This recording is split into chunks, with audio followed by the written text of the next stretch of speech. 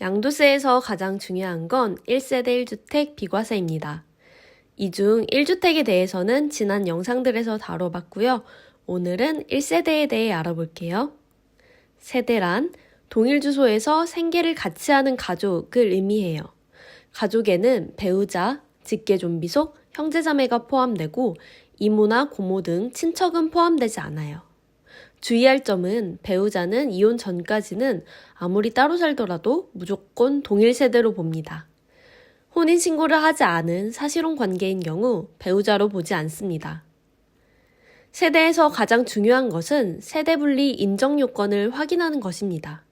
세대분리란 다른 주소지에서 생계를 달리하는 것을 의미해요. 즉, 부모와 다른 주소에 전입신고가 되어 있는 것이 기본입니다. 세대분리는 다음 3가지 중 1가지 이상을 만족하면 인정됩니다. 만 30세 이상이거나 배우자가 있거나 일정 금액 이상 소득이 있는 경우예요. 만 30세 배우자 유무는 너무 명확해서 혼동하시는 분들이 거의 없어요. 제일 문제가 되는 게 바로 일정 소득이 있는 경우입니다. 소득은 월 90만 원 이상, 계속적, 반복적 소득이어야 하고 일시적 소득이 아닌 근로, 사업, 강연료 등 기타 소득만 포함됩니다. 보통 취업한 자녀의 경우 이 요건에 충족하게 됩니다.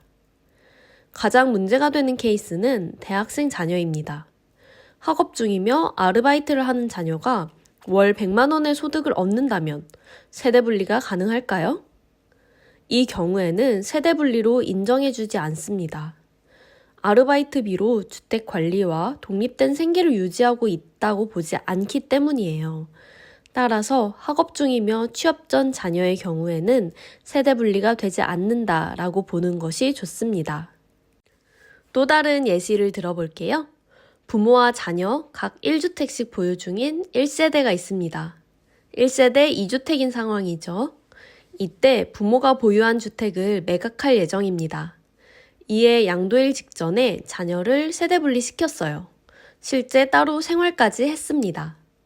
몇 개월 후 부모와 자녀가 다시 합가하게 되었습니다. 그럼 세대분리로 인정될까요?